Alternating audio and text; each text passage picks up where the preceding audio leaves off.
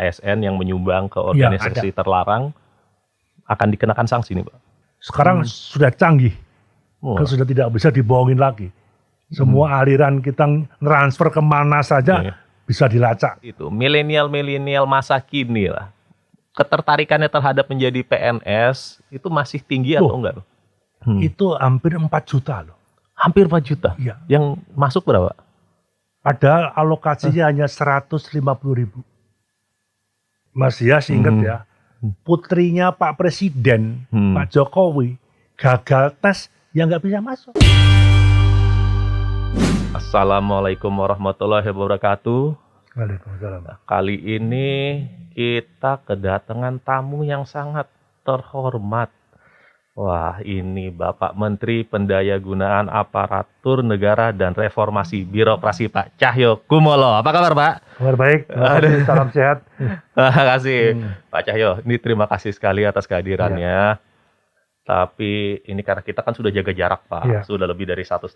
Bolehlah kita buka masker. Pak, kita merasa terhormat sekali nih ada Pak Cahyo di sini.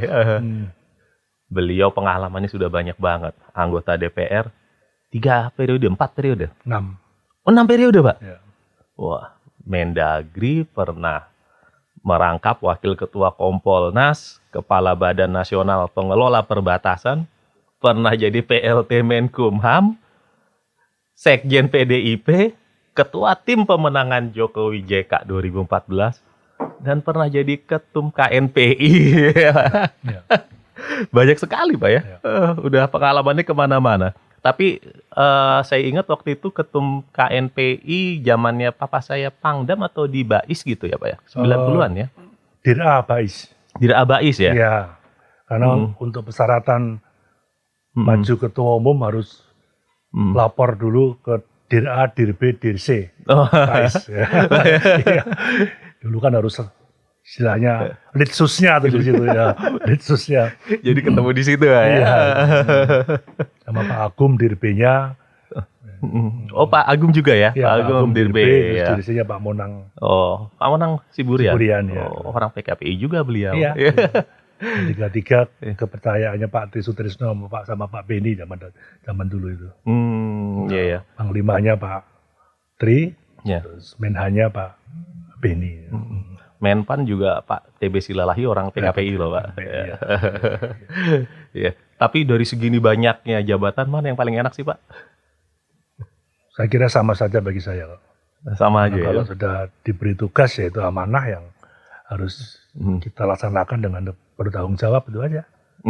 Jadi mengalir saja kalau saya mengalir karena namanya tugas ya. Kalau ada hal yang belum mengerti ya harus cepat belajar.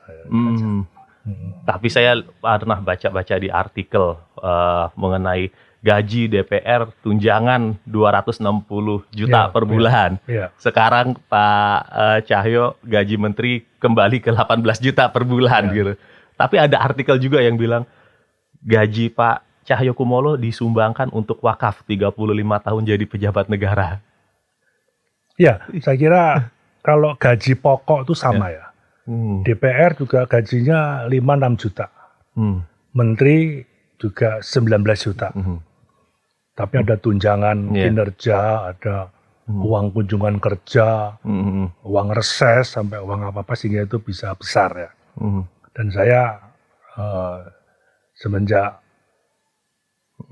awal-awal jadi Mendagri ya, saya sudah niat karena saya sudah tidak ada beban ya. Tidak ada beban untuk keluarga sudah selesai semua ya. Gaji pokok dan tunjangan ya saya serahkan kantor untuk dibagi ke beberapa anak-anak asuh yang saya kasih beasiswa, ke beberapa panti asuhan, ke pondok pesantren itu aja. Wah, itu tindakan mulia sekali Pak. Itu patut dicontoh tuh anak-anak milenial sekarang yang mendengarkan itu. Pak, tapi tadi Pak Cahyo ngomongin keluarga. Apa kabar keluarga Pak? Sehat-sehat, keluarga. Sehat-sehat semua. Ya walaupun 3 anak pernah jadi pasien COVID semua. Wah, ya tapi sudah sehat semua. Tinggal 1 yang sekarang masih di rumah sakit. Ya kadang kita satu rumah nggak tahu ya, kemudian saya dengan anak-anak, menantu, cucu kan satu rumah. Ya. Masing-masing kayak kos-kosan, saya kasih kamar-kamar semua. Ya. Jadi ya kalau satu kena ya pasti meremen. Iya. Tapi ya alhamdulillah saya aman-aman lah gitu. Turut prihatin Pak Cahyo. Iya, terima kasih. Kita dengar dari awal kan yang dulu kena D3 ya. D3 pertama kali ya. Ya. Lalu sekarang sudah Ya, lebih banyak lagi. ada D3, kemudian D kena, kemudian supir saya, spree saya kena semua. Ya, namanya cobaan itu. Ya. Tapi semua bisa. Ya, kami doakan semoga keluarga baik-baik saja, Pak. Terima kasih. Ya. Tapi gimana Pak sama ini ASN yang kena COVID ini kan? Tadi saya lihat coba lihat deh di layar ada beberapa artikel. Ini Malang kena COVID. Banyak ya. Ini Jaksel kena COVID. Ya. Lalu terus lagi, Indra, klik Riau, terus ini DIY, terus Jayapura, ini DKI, terus, nah ini bahkan ada yang meninggal dunia 42 orang bulan Juli. Lalu coba mana, Indra? Nah ini bahkan 25% ASN Provinsi Papua terpapar COVID. Berarti kan pemerintahannya bagaimana Pak kalau sudah seperempatnya ini kena COVID ya? Jadi 1 tahun 2020 dengan adanya pandemi COVID, PAN RB dan PKN kami selalu mengupdate. Begitu ada hasil rapat dari Satgas COVID, Pak Doni Murdano sampai ke Pak Erlangga sekarang ini dan Menkes, begitu daerah mana yang diputuskan PSBB, langsung kita buat surat edaran untuk yang aktif kerja di kantor itu harus dibatasi, paling tidak 25%. 25%. Kalau ada satu kantor mencapai 10 yang terpapar, langsung 3 sampai 1 minggu tutup dulu untuk dibersihkan kantornya. Dibersihkan, ya. Nah, kami juga sudah membuat surat edaran ke semua kementerian, lembaga, instansi dan pemerintah daerah untuk seluruh ASN itu yang awalnya harus rapid test, sekarang harus di swab secara bertahap. Karena ASN itu harus sehat, ASN itu harus produktif, ASN itu harus melayani pada masyarakat. Nah, untuk ketiga hal ini kan dibutuhkan karena ASN berhubungan dengan masyarakat luas, ya dia harus sehat. Maka edaran kami ya harus rapid test rutin, masuk sekarang swab yang rutin. Dan kementerian lembaga sudah harus menganggarkan untuk memberikan swab kepada semua ASN. Itu sudah. Kami juga turut prihatin ya bahwa ASN banyak yang terlibat. Mungkin tidak kena virusnya di kantor, mungkin di perjalanan. Iya, bisa nanya. Makanya kita atur di DKI maupun di daerah-daerah yang PSBB itu kerjanya dibagi 3 shift. 3 shift. Pagi, siang, sore. Sehingga tidak berkerumun di angkutan-angkutan umum. Salah satu hal yang mencegah. Ini saya kira. Termasuk kemarin cuti lebaran yang kita larang. Ya, sampai cuti akhir tahun yang tidak ada kita cabut kembali itu semata-mata menjaga. Tidak hanya untuk kepentingan masyarakat, tapi khususnya ASN. Karena ASN itu yang berhubungan dengan masyarakat. Mulai ASN desa, mulai ASN semuanya. Karena baik yang pekerja rumah sakit, pekerja yang kalau di kepolisian yang ngurusi SIM, kemudian di imigrasi, di pajak, yang berhadapan langsung dengan masyarakat itu kan harus sehat. Jadi ini kami sudah prihatin, tapi kami minta ASN harus jadi pelopor ya, pelopor untuk 3M tadi. Masker, menjaga jarak, mencuci bersih, harus disiplin protokol kesehatan. Karena arahan Pak Presiden dalam suasana pandemi ini, ASN harus tetap produktif. Walaupun kerja di rumah itu bukan libur, tapi kerja betul. Tugasnya harus melayani masyarakat jangan sampai terganggu. Kemudian untuk memberikan perizinan jangan sampai terhambat. Nah, makanya harus sehat. Nah, untuk sehat ya harus ada disiplin protokol kesehatan dan pimpinannya harus memberikan alokasi anggaran untuk swab. Oh iya. Kalau di kantor kami ya kami beri vitamin juga, kami rutin, dan masing-masing kantor maupun daerah harus ada krisis center. Tidak hanya mengontrol ASN-nya tapi juga memonitor keluarganya. Mungkin ASN-nya sehat tapi mungkin ada yang kena keluarganya. Keluarganya juga dimonitor. Kita monitor. Iya. Jadi masing-masing harus punya krisis center dan ini 24 jam untuk terus memonitor. Kalau di PAN-RB kami kerjasama dengan Rumah Sakit Polri Kramat Jati. Kalau ada keluarga termasuk ASN kami ya langsung kita kirim ke sana. Atau juga ke Wisma Atlet Kemayoran. Nah, saya kira ini cepat menangani. Itu aja. Wah, ini tentu saja nih kalau kita lihat loh, Pak Menteri Cahyo minta ASN jadi pionir perangi COVID-19. Ini sudah terpapar jelas tadi Pak sudah mulai Cahyo. Oktober sudah kita sampaikan karena melihat gelagat perkembangannya kok semakin meningkat. Nah, makanya ASN-nya harus tadi memelopori disiplin kesehatan 3M tadi, tapi harus tetap produktif. Kalau ada sedikit demam, batuk ya langsung periksa, langsung swab dan sebagainya. Work from home, bukan liburan. Work itu kerja. Dan ini Pak, untuk meyakinkan bahwa ASN sehat dan Pak Jokowi kemarin juga sudah suntik vaksin, ini ada surat edarankah dari Pak Menteri agar vaksin ini diterima oleh ASN? Oh iya, kami sudah menghimbau bahwa ada tahapan-tahapan dari pemerintah. Yang pertama adalah tenaga medis, mungkin ASN, mungkin TNI, polisi, mungkin para pekerja-pekerja yang berhubungan dengan masyarakat harus diberikan skala prioritas. Saya kira itu wajib ikut. Karena kalau dengan ASN yang sudah divaksin, itu setidaknya memberikan jaminan kalau dia berinteraksi dengan masyarakat luas yang dia layani, itu ada jaminan bahwa sudah terbebas. Itu aja saya kira. Ini kan ada pernyataan dari Wamenkumham ya, bahwa menurut Undang-Undang Kekarantinaan Kesehatan, kalau ada orang yang nggak mematuhi penyelenggaraan kekarantinaan kesehatan bisa dipidana penjara paling lama 1 tahun.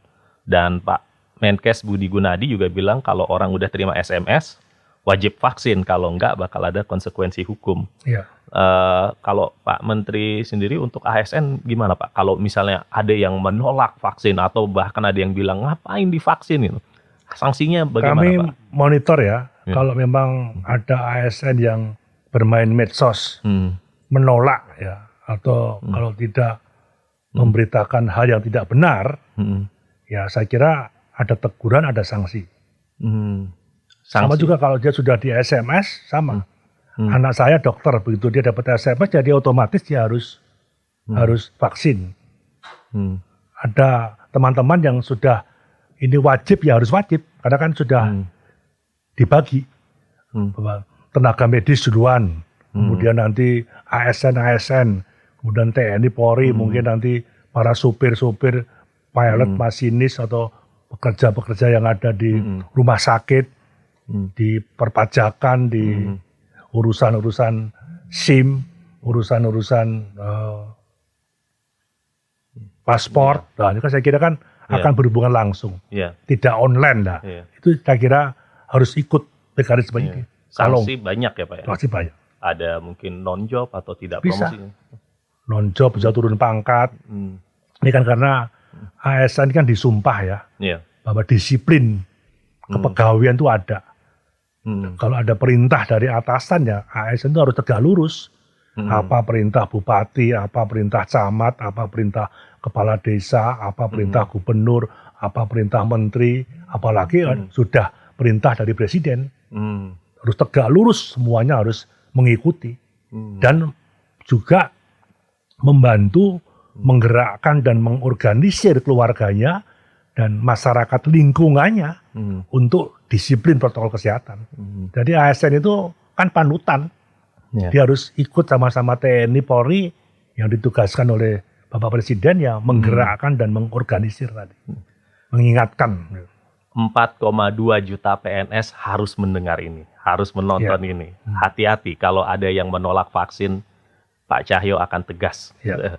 Tapi Pak Cahyo memang dikenal tegas loh Pak. Saya baca-baca ini bukan saja masalah COVID, ini masalah radikalisme juga Pak. Jadi ada berita mengenai, Menteri PAN dan RB, ASN terlibat radikalisme, narkoba, korupsi, jangan mimpi jadi pejabat. Iya, saya kira orang masuk jadi pegawai negeri kan diambil sumpah, menandatangani fakta integritas. Ya, dia harus taat dan loyal pada pimpinannya satu. Soal ideologi negara dia harus taat. Pancasila, Undang-Undang Dasar 45, Bhinneka Tunggal Ika, NKRI itu udah harga mati. Tidak boleh ASN mempermasalahkan ini. Dan ada undang-undang disiplinnya. Nah, termasuk juga sekarang ini tantangan bangsa ini ada 4, Mas. 1, radikalisme terorisme. 2, narkoba. 3, korupsi. Yang 4, bencana alam. Kalau ada bencana alam sampai pandemi COVID, ini bisa muncul setiap saat. Hari ini gempa bumi, besok tanah longsor, besok gunung meletus. ASN harus turun, menggerakkan dan mengorganisir masyarakat, bergotong royong membantu masyarakat yang tertimpa. Yang kedua, ASN kalau dia pengguna narkoba, langsung non-job, langsung harus rehabilitasi. Tapi kalau dia pengguna narkoba merangkap pengedar, pecat. Langsung pecat? Langsung pecat. Yang ketiga, dia melakukan tindak pidana korupsi. Begitu sudah ada kekuatan hukum tetap, pecat. Maka area rawan korupsi harus dipahami. Pengadaan barang dan jasa, masalah perencanaan anggaran, dana hibah dan dana bansos, retribusi dan pajak. Mari kita harus menghayati ini, saling mengingatkan jangan sampai ASN terlibat pada hal ini. Yang terakhir adalah radikalisme terorisme. Kalau begitu lewat konten medsosnya saja, dia intolerans atau ikut kelompok-kelompok radikal, langsung bisa kita non-jobkan. Langsung non-job. Kalau dia terlibat masalah-masalah terorisme, cukup bukti, pecat. Ini sudah saya sejak jadi PAN RB 3 bulan, ada sidang badan kepegawaian dengan BKN, dengan BIN juga, dengan Menteri Hukum dan HAM dan Kejaksaan, ini menyortir masukan-masukan, pengaduan-pengaduan dari kementerian, lembaga, instansi, dan pemerintah daerah yang mengadukan ASN-nya. Sepanjang cukup bukti ya akan kita berikan sanksi yang tegas. Sudah banyak yang disangsikan? Sudah banyak, rata-rata tiap bulan itu hampir 50 lebih. Baik narkoba, baik korupsi, baik terpapar radikalisme dan sebagainya. Itu yang ingin kita capai.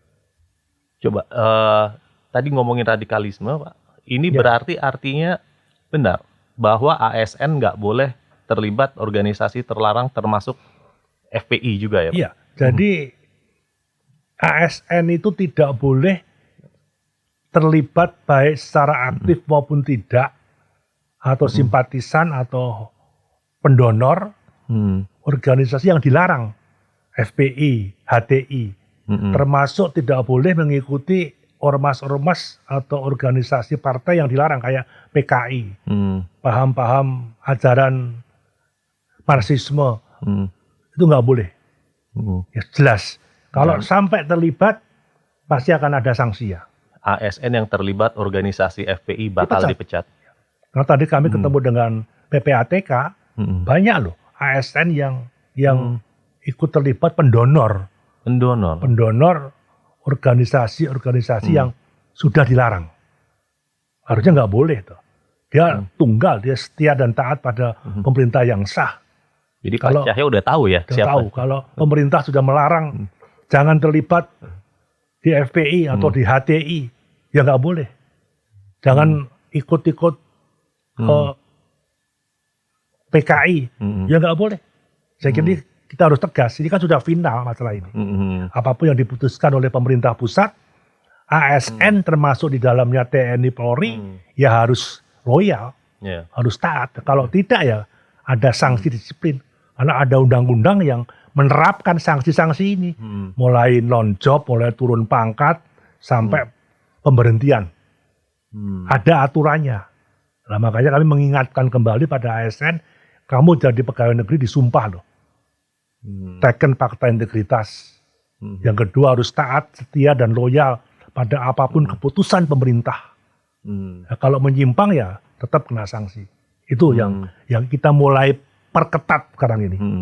Sekarang mau jadi eselon 1, eselon 2, kalau ada sedikit laporan PPATK, ada laporan dia terlibat radikalisme, terorisme, ya mohon maaf, Anda nggak bisa jadi pejabat.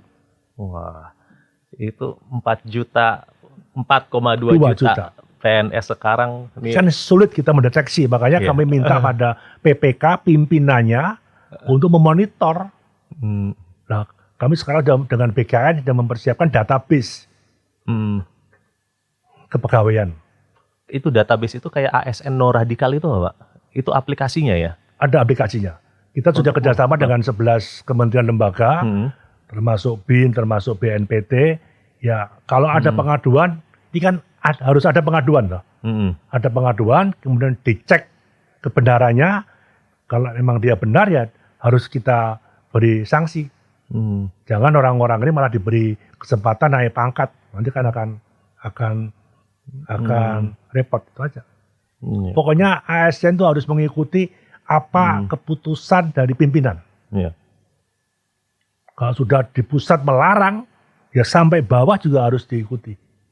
Yang gaji juga rakyat juga pemerintah. Ada undang-undang mengenai disiplinnya. Dan kenaikan pangkat kan harus dinilai secara objektif, itu aja. Jadi tadi Pak Menteri sudah melihat aliran dana dari PPATK, ASN yang menyumbang ke organisasi terlarang akan dikenakan sanksi nih Pak? Ya, kami tadi supaya PPATK juga memberikan info kepada PPK. Kalau di kementerian ya kepada menterinya atau kepada sekjen sesmennya. Ini loh, ada pegawaimu, coba dicek. Dari aliran medsosnya ada, aliran rekeningnya ada. Sekarang sudah canggih, kan sudah tidak bisa dibohongin lagi. Semua aliran kita transfer kemana saja bisa dilacak. Kita menggunakan medsos, bahasa apapun pasti akan ketahuan. Nah, maka kami mengingatkan pada ASN hati-hati menggunakan medsos. Kalau menerima berita dari WA, dari Twitter, dari Facebook, dicermati betul. Karena akan menjerat kalau tidak hati-hati. Apalagi yang berbau radikalisme, terorisme. Dan ya kita harus tegas. Kalau enggak ini negara besar Mas. Negara besar yang penduduknya 260 juta lebih. Semakin ke depan semakin berkembang. Nah ASN yang 4,2 juta ditambah TNI, ditambah Polri. Itu harus jadi garda terdepan. Bisa menggerakkan, mengorganisir, mengingatkan kepada masyarakat. Nah untuk itu ya dia harus clear. Ya kalau di TNI kan sumpah prajurit, Sabta Marga itu udah prinsip ini. Di Polri ada Brata Polri. Nah ASN ada sumpah setia. Pegawai negeri itu harus ditegakkan. Nah kalau enggak, kapan lagi? Nah, maka Pak Jokowi ada visi misi beliau yang menyangkut reformasi birokrasi itu secara total. Reformasi birokrasi tidak sekedar merampingkan jabatan struktural ke fungsional, tapi meliputi semua aspek tadi. Karena tantangan yang dihadapi cukup berat. Radikalisme, terorisme, korupsi, narkoba, kemudian bencana alam yang setiap saat muncul sampai pandemi COVID. Ini perlu gerakan ASN yang harus tegak lurus. ASN yang harus bergotong royong. Itu aja. Ini ASN yang dengar di sini jutaan orang, ini gemeteran Pak kalau ada yang nyumbang-nyumbang. Jadi ASN jangan macam-macam di bawah Pak Menteri Cahyo. Ada datanya semua. Kami tahu, tapi kan kita harus ngecek. Rp1 pun dia kirim kemana tuh pasti ada tujuannya. tahu nggak ini dikirim ke siapa? Hmm. Kalau dikirim ke si A, si B itu untuk apa? Nah, maka lebih baik sumbangan itu serahkanlah ke panti asuhan, yatim piatu, ke pondok-pondok pesantren, atau ke beasiswa anak-anak asuh. Itu kan jelas. Yeah. Nah, tapi kan banyak yang dikirim, loh kok arahnya ke sana. Yeah. Nah, itu saya kira saya mengingatkan ke sesama ASN, hati-hati. Kalau menggunakan medsos, kalau ingin membantu seseorang harus dicek betul. Ini bantuannya untuk apa, kepada siapa. Kalau enggak, suatu saat akan kena pada diri kita sendiri. Tadi Pak Menteri kan bicara juga mengenai bahwa ada 4 hal yang termasuk salah satunya bencana alam. Sekarang kan di Kalimantan Pak, di Banjarmasin sudah ada 27.000 rumah yang terendam. 112.000 orang sudah menjadi pengungsi. Ada ASN yang terdampak atau? Oh pasti, ya. Pasti di tiap bencana itu pasti ada ASN yang terdampak. Tapi juga kami meyakini ASN yang di daerah-daerah tersebut atau di daerah yang aman bergotong royong menyisihkan penghasilannya untuk ikut menyumbangkan kepada masyarakat daerah yang tertimpa musibah. Yang di dalamnya pasti ada ASN-nya. Walaupun bantuan itu tidak spesifik ditujukan kepada ASN, tapi kegotong royongan ASN sebagai salah satu panutan masyarakat tadi yang dia harus menggerakkan dan mengorganisir masyarakat, ya dia harus ikut bergotong royong. Saya kira jalan semua itu, kami yakin. Minimal ada empati. Kalau nggak bisa dana ya dia tenaga turun. Saya kira kegotong royongan baik di Kalimantan Selatan, di Sulbar, kemarin di Palu, kemudian Sinabung, Merapi, Semeru, sampai di NTB Lombok ini semua jalan sama. Ini gak Pak, apa misalnya ada ASN yang terdampak, mereka bisa mengadu gak? Kalau radikalisme ini kan orang bisa mengadu ya, ada portalnya kan, bahwa ini ada orang yang terdampak radikalisme. Terus kalau ada ASN yang kena dampak bencana atau apa juga ada pusat pengaduannya juga. Ya kalau di tiap-tiap Pemda kan ada posko. Oh di Pemdanya ya? Ya dari posko itu kayak contoh kami dan BKN dan Taspen sudah memberikan santunan kepada ASN tenaga medis yang kemarin wafat pada saat dia bertugas untuk pasien COVID.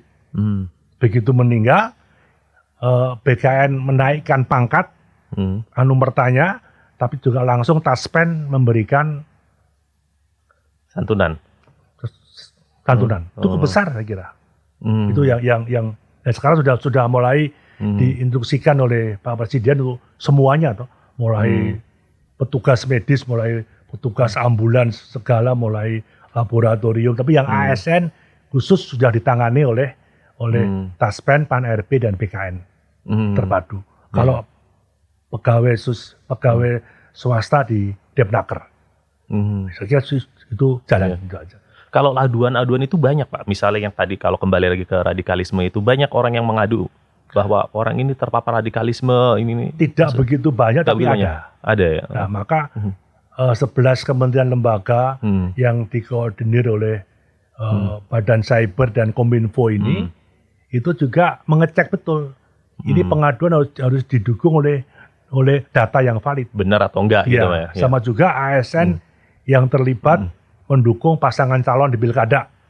Itu harus didukung oleh foto minimal. Oleh pengaduan 1-2 orang. Jangan katanya. Nah, kalau yang katanya memang tidak kami perhatikan, tapi kalau sudah ada bukti kuat, minimal foto, minimal bukti transfer tadi, minimal di medsos. Nah, wong di TNI aja dan di Polri, suami atau istrinya saja terlibat kena hukuman kok.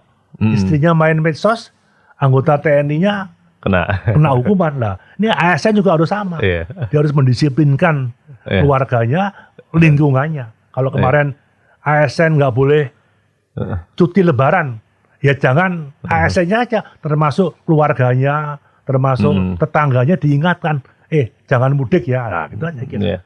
Tapi memang komitmen Pak Menteri ini terhadap pemberantasan radikalisme, saya udah ngelihat waktu zamannya Mendagri, waktu itu bicara mengenai celana cingkrang Pak Menak, lalu Pak Mendagri saat itu bilang wah itu sudah ada aturannya, jenggot harus rapih, celana juga harus rapih.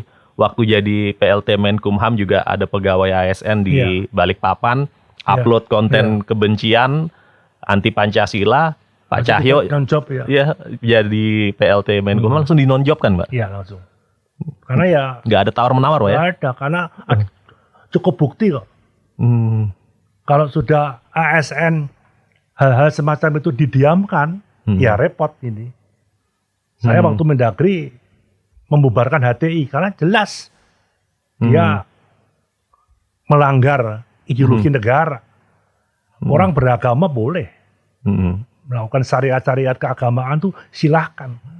Kalau sudah masuk ke tata negara, ya dia harus tunduk pada garis kebijakan negara itu. Di rumah tangga kan juga ada aturannya. Negara juga punya aturannya. Kementerian lembaga juga punya aturannya. Dulu Pak Menteri Agama, orang mau masuk kantor agama nggak boleh pakai cadar, nggak boleh celana cingkrang, nggak boleh jenggot. Memang dalam undang-undang nggak ada. Tapi di aturan tuh harus ada. Aturan organisasi kah, aturan kantor kelembagaan kah, itu memang ada. Sekolah-sekolah juga sama. Nah, kalau tidak dari sekarang kapan lagi? Ini udah 75 tahun merdeka loh kita ini. Justru saat-saat sekarang ini kok justru muncul hal semacam ini. Ini kalau dibiarkan, di samping negara kalah, pemerintah kalah dengan kelompok-kelompok yang terang-terangan dan terbuka menyerang pemerintah dan negara yang sah. Ini kan bahaya. Mengkritik boleh, memberi solusi. Negara kita negara yang demokrasi loh. Orang mau ngata-ngatain orang, ngata-ngatain pimpinan, silakan nggak apa-apa. Tapi jangan memfitnah, jangan menghasut, apalagi punya niat untuk merubah ideologi negara. Udahlah Pancasila, Undang-Undang Dasar 45 terus selesai lah. Kita ikut TNI lah. Taat menurut instruksi. Sabta Marga, Sumpah Prajurit, Liberata itu sudah selesai ini. Maksud kita mau mundur lagi. Saya kira itu. Itu yang kami terapkan sebagai Mendagri, sebagai Pan RB. Ya kapan lagi kalau nggak sekarang. Dan Pak Jokowi juga tegas benar. Ini, jangan sampai negara kalah terhadap perorangan atau kelompok. Maka saya menghimbau ke ASN, ya kita harus berani menentukan sikap siapa kawan dan siapa lawan pada perorangan, kelompok, golongan. Kalau dia ingin merubah Pancasila, ya mari kita lawan. Itu bukan tanggung jawabnya TNI Polri, termasuk ASN, termasuk partai politik, termasuk ormas, termasuk tokoh-tokoh agama, tokoh-tokoh adat. Ya mari kita lawan bersama. Ya ada tempat bagimu. Iya.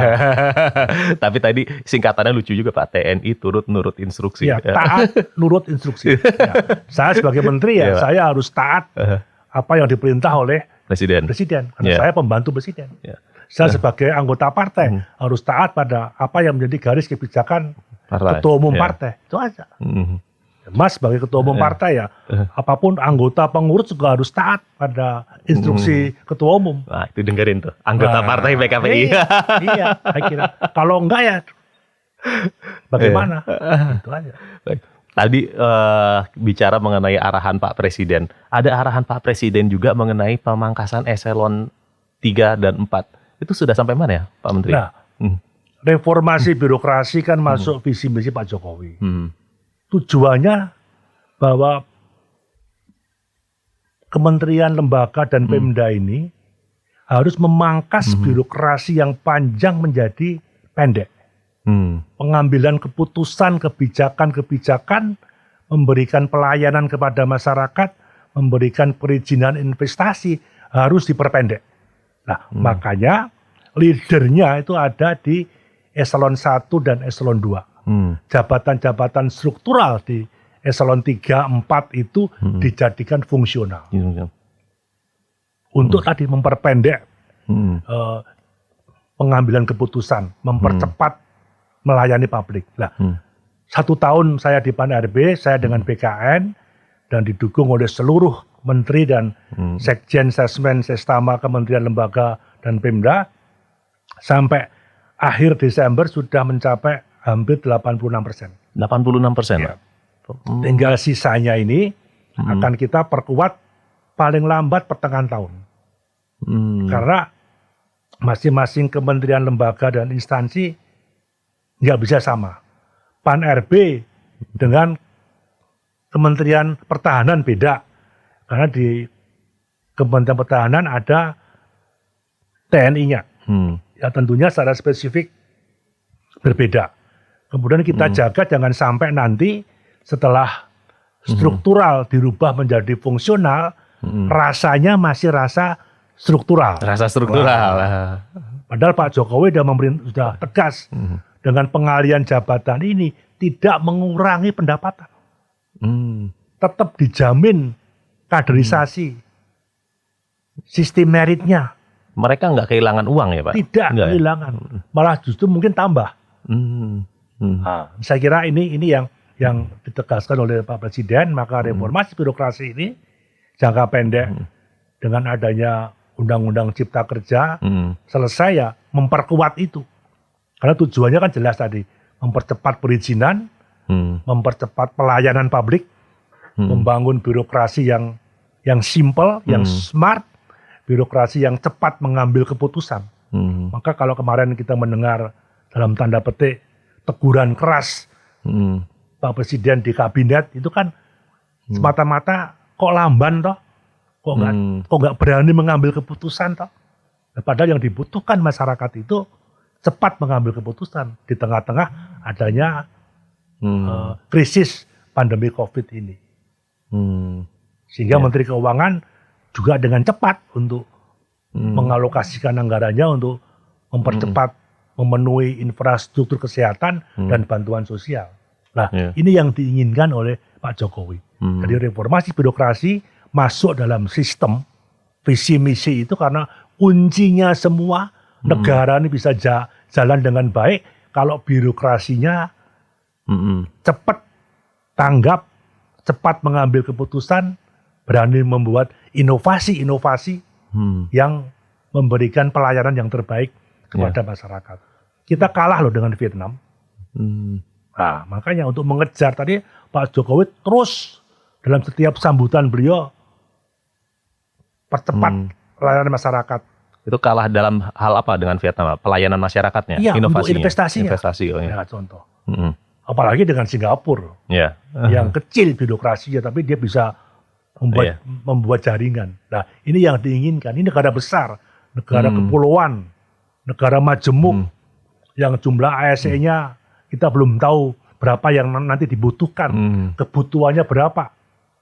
Nah, maka kayak tadi kami lihat di PPATK, ada ASN yang dia menguasai intelijen, ada ASN yang dia menguasai perbankan, ada ASN yang menguasai cyber. Nah, sehingga itu komplit. Kalau di semua kementerian juga ada, termasuk partai politik. Partai politik jangan dilihat hanya ketua umum, ketua maupun bendahara, tapi justru masalah kaderisasinya, masalah-masalah kesranya, kesejahteraan rakyatnya, itu juga harus ada. Itu aja gitu. Tapi Pak Cahyo, saya dengar juga, saya baca meminta ke Bu Sri Mulyani agar kementerian yang belum selesai untuk melakukan reformasi birokrasi ditunda dulu tunjangan kinerjanya. Ya, sudah itu. Sudah ya. Jadi sudah, mulai tahun 2020 walaupun sudah memenuhi persyaratan tunjangan kinerjanya ditingkatkan dari 40% jadi 60 atau 60 jadi 80%, tapi kalau reformasi birokrasinya belum selesai ya mohon tolong dipending dulu. Ini nggak ada masalah. Termasuk juga pengajuan peningkatan tunjangan kinerja, uang-uang pendapatan yang lain memang kita minta di stop karena memang konsentrasinya ke masalah pandemi COVID dulu. Tapi ngomongin tunjangan kinerja, saya dapat artikel ini nih Pak. Jelek banget. Gaji nggak jadi naik, PNS kena prank Menteri Cahyo. Ya, saya kira, Gimana Pak? saya kira harus dicatat ya. Iya. Walaupun tunjangan dalam pengertian gaji pokok tetap, tapi tunjangannya belum naik. Tapi pemerintah sudah memikirkan gaji ke-13. Ada tunjangan hari raya. Nah, yang saya maksud nggak jadi naik itu kan dipending dulu. Yang seharusnya 2020 tunjangan kinerjanya bisa naik, tapi karena ada kebijakan pemerintah untuk infrastruktur kesehatan dan bantuan sosial, ya ini di stop dulu. Padahal saya sudah mengirim surat, semua pengajuan ada, tapi karena tadi anggarannya pendek, ya sudah. Tapi setidaknya kami memberikan harapan pada semua ASN, tunkir kamu itu sudah kami usulkan. Sudah memenuhi persyaratan untuk naik. Tapi karena anggaran masih diprioritaskan untuk pandemi COVID, ya sabarlah. Karena bicara reformasi birokrasi tidak hanya pengalian dari struktural ke fungsional, termasuk sistem penggajian. Termasuk tunjangan-tunjangan kinerjanya. Kita gaji pokok kecil memang. Karena gaji pokok itu nanti akan implikasinya kepada pensiun.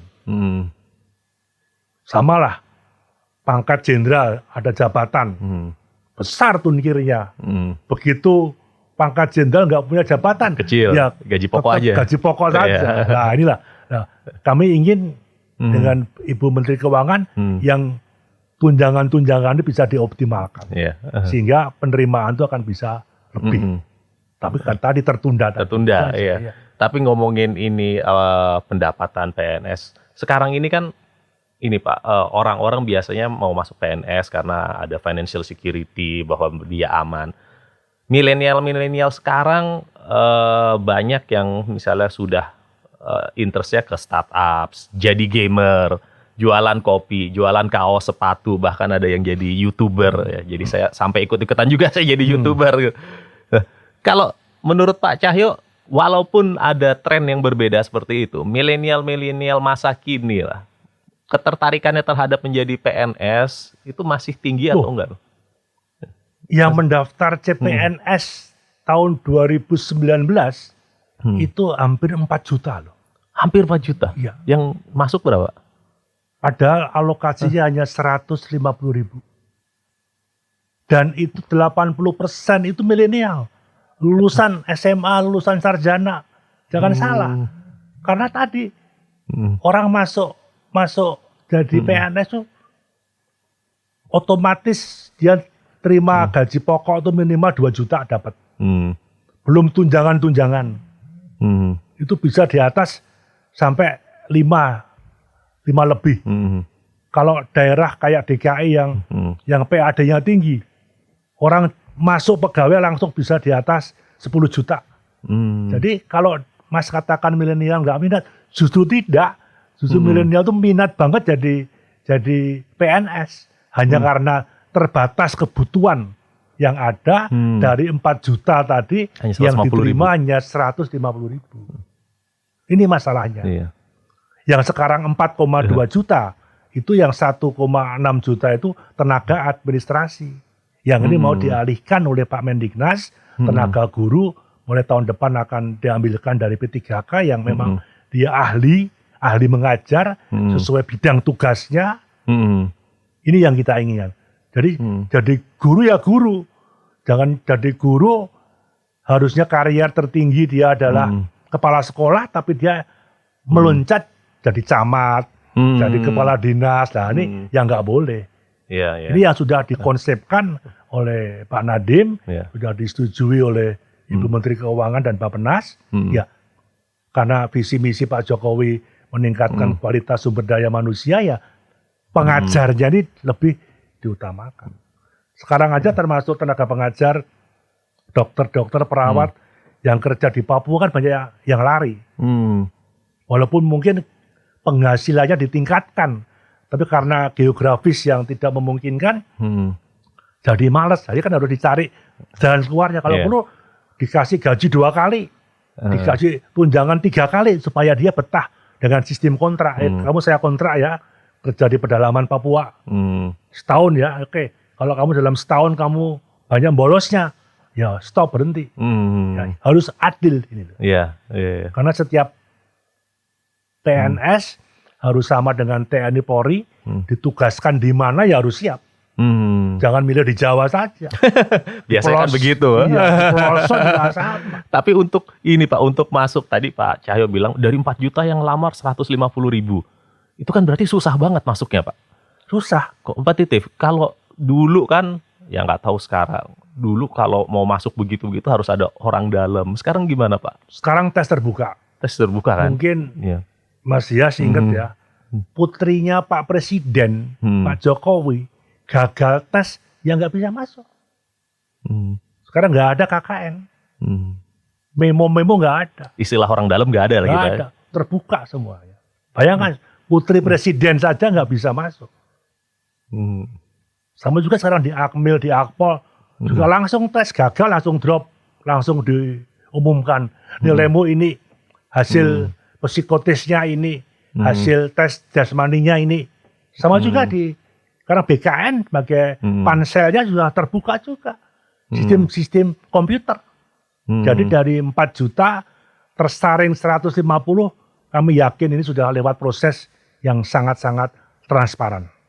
Nggak ada nitip-menitip, itu nggak ada. Itu aja kira.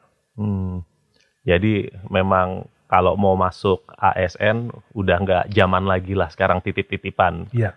Kalau nggak bagus ya Nggak bisa, karena bisa. ASN itu kan melayani masyarakat. Dia harus punya integritas, punya loyalitas, punya kompetensi yang memang dia dibutuhkan. Ya harus memenuhi persyaratan dengan baik. Iya. Kalau negara ini mau maju loh. Iya. Negara mau maju kan tergantung daripada birokrasinya Iya. untuk menata, Betul. melayani. Itu saya kira itu. Ya.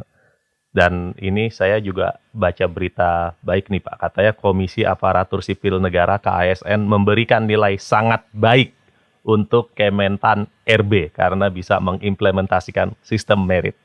Ya, karena Kemenpan RB, Kementerian Kebijakan yang mengatur itu, ya kita harus lebih baik dong. Iya. Jadi kalau KSN memberikan penghargaan ya wajar saja.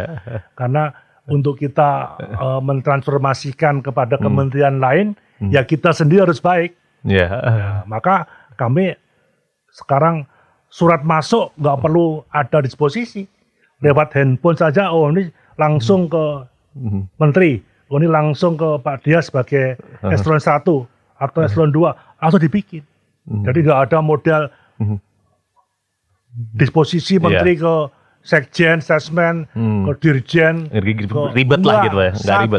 Cepet. Iya. Karena membalas surat, menyelesaikan masalah bagian dari mempercepat pelayanan. Itu yang diinginkan oleh Pak Jokowi. Tapi KASN-nya mau dibubarin katanya Pak. Ya itu kan baru keinginan DPR. Keinginan DPR. Ya, saya kira nggak perlu ya. KSN itu lembaga yang diputuskan bersama antara pemerintah dan DPR. Ya nanti kita lihat bagaimana. Bagi kami soal ada dan tidak lembaga itu nggak jadi masalah, tapi sistem meritnya itu harus tertata dengan baik. Apakah ini nanti diintegrasikan kepada kementerian, ataukah fungsi KSN akan ditingkatkan? Nah, saya kira nanti kita lihat perkembangannya. Saya kira wajar ini pro kontra kan hal yang wajar, asal didukung oleh argumentasi yang bisa dipertanggungjawabkan. Iya. Tadi kita ngomong udah lebih dari 40 menit, ngomongnya serius terus. Saya mau tanya masalah yang kurang serius. Iya. Coba mana? Kue ulang tahun mana yang favorit, Pak? Dua-duanya lah. Dua-duanya. Karena satu ini kue dari teman-teman Pan RB, ini satu dari Eyang Papa. anak cucu. Tapi dua-duanya Eyang Papa loh, Pak. Iya. Karena cucu saya manggilnya saya Eyang Papa. Eyang Papa. Ya, ya sudah. Ini kenapa ada ini, Pak?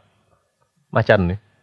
Ya kebetulan walaupun sio saya bukan sio harimau, tapi saya memang suka dengan harimau. Ya ini kan raja hutan lah. Raja hutan. Ya, raja politik ya. Ya, raja ASN juga lah Pak ya. Hati-hati loh. Dikit-dikit. Walaupun saya kalau sio itu sio ayam. Ya. Tapi saya kira makanya kalau anak-anak cucu saya karena minimal di rumah ada lukisan harimau. Walaupun tidak memelihara harimau, ada lukisan harimau. Ada lukisan harimau. Ya. Coba lanjut. Nah, kalau ini baju mana yang paling suka Pak? Saya kira sama saja. Saya emang lebih suka pakai baju hitam ya, yang bersuasana hitam itu aja. Tapi kalau saya lihat dari dulu Pak Cahyo kalau pakai kan suka di atas banget gitu. Iya. Emang ini style-nya gitu Pak? Ya karena ya sudah kebiasaan. Biasa. Punya ini sendiri loh, style sendiri gitu Pak. Biasa aja. Ya lanjut. Nah, kalau yang gini yang favorit yang mana Pak? Sekarang udah 6 cucu saya. Oh, udah tambah lagi ya? Tambah Pak? lagi 1 lagi. Oh, bukan yang ini, ada yang lebih kecil lagi tambah ya? lagi 1 lagi. Oh. Kebetulan saya lebih dekat dengan cucu saja. Kebetulan ini satu rumah semua. Oh, semua satu rumah? Satu rumah semua. Mulai lahir sampai sekarang satu rumah. Oke, jadi nggak ada cucu favorit? Yang laki 1 aja lah. Gitu. Ya, yang 5 perempuan. 5 perempuan, oke. Oke Pak Cahyo, jadi tadi kita sudah cerita masalah yang serius sampai masalah keluarga. Saya rasa 4,2 juta ASN yang mendengar podcast hari ini kalau ada yang macam-macam mendukung radikalisme, mengedarkan narkoba, lalu yang melakukan korupsi, pasti akan dibabat habis oleh Pak Menpan RB yang sekarang ini. Karena beliau sudah bilang tidak punya fleksibilitas untuk orang yang mendukung organisasi terlarang untuk mereka yang terpapar radikalisme. Ya kuncinya saya aja mengajak pada teman-teman ASN, mari kita untuk saling mengingatkan. Sebagai manusia kadang kita khilaf, kadang kita tidak sadar, kadang kita kebablasan. Nah, mari sesama ASN mengingatkan. Yeah. Saya mengingatkan loh, hati-hati loh ya, karena ada sanksi hukumnya, ada disiplin pegawai, ada sumpah pegawai. Untuk naik jabatan, naik eselon, ini akan dilihat kelakuanmu, perilakumu, bermedsosmu. Nah, maka saya tidak mengancam tapi mengingatkan. Mari, termasuk mengingatkan saya juga untuk hati-hati terhadap tantangan bangsa tadi, masalah radikalisme, masalah korupsi, masalah narkoba. Itu 3 ini yang harus dicermati dengan baik. Mengingatkan kuncinya, mari kita mengingatkan, menjaga soliditas, membangun kegotong royongan. Hati-hati loh, ini ada undang-undangnya. ASN itu punya pimpinan harus tegak lurus. Kalau TNI mulai dari Babinsa, Komandan Koramil tegak lurus sampai Panglima TNI. Bamtipmas, Kapolsek tegak lurus sampai Kapolri.